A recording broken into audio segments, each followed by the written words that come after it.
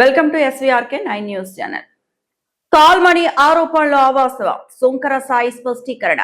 విజయవాడ పటమట ప్రాంతానికి చెందిన మోతే గోపిరాజు తనపై చేసిన కాల్ మనీ ఆరోపణలో ఎటువంటి నిజం లేదని సుంకర సాయి స్పష్టం చేశారు.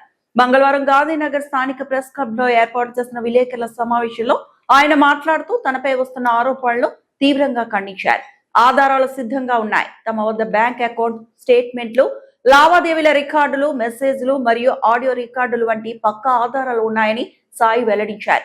ఆరోపణలు చేస్తున్న వ్యక్తి ఒక ప్రైవేట్ బ్యాంకు ఉద్యోగి అని, అతని ఆర్థిక స్థితిని బట్టి 90 లక్షలు ఎటువంటి భద్రత లేకుండా ఇవ్వడం అసాధ్యమని ఆయన వాదించారు. సదరు వ్యక్తి గోల్డ్ పర్పస్ కోసమే డబ్బు తీసుకున్నానని స్వయంగా మెసేజ్ లో ఒప్పుకున్నాడని ఈ సందర్భంగా గుర్తు చేశారు.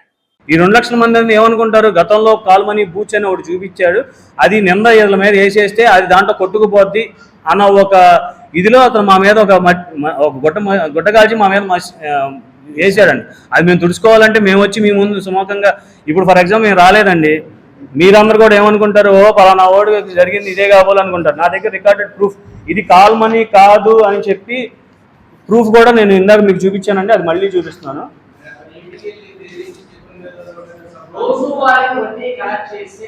2 వారాలు రోజుకు. ఇప్పుడు నేను ఫర్ ఎగ్జాంపుల్ ఈ రోజు ఒక దానికి వేసానండి, నాకు అది రోజుకు రావచ్చు, 2 రోజులకు రావచ్చు, 3 రోజులకు రావచ్చు, రోజు రావచ్చు. దాని ప్రాసెసింగ్ ఫీజు ఇప్పుడు మనం ఒక ప్రాసెసింగ్ చేస్తాం. ఇప్పుడు మనం లోన్ తీసుకుంటామండి, లోన్ నిమిత్తం ఒక ప్రాసెసింగ్ ఫీజు అని ఉంటుంది. 2% అని ఉండదు, 3% అని ఉంటుంది, 4% ఒక ప్రాసెసింగ్ ఫీజు ఉంటుంది.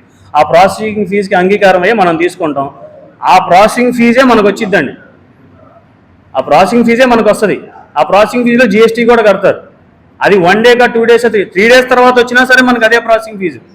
ఇతను ఏం చేశాడంటే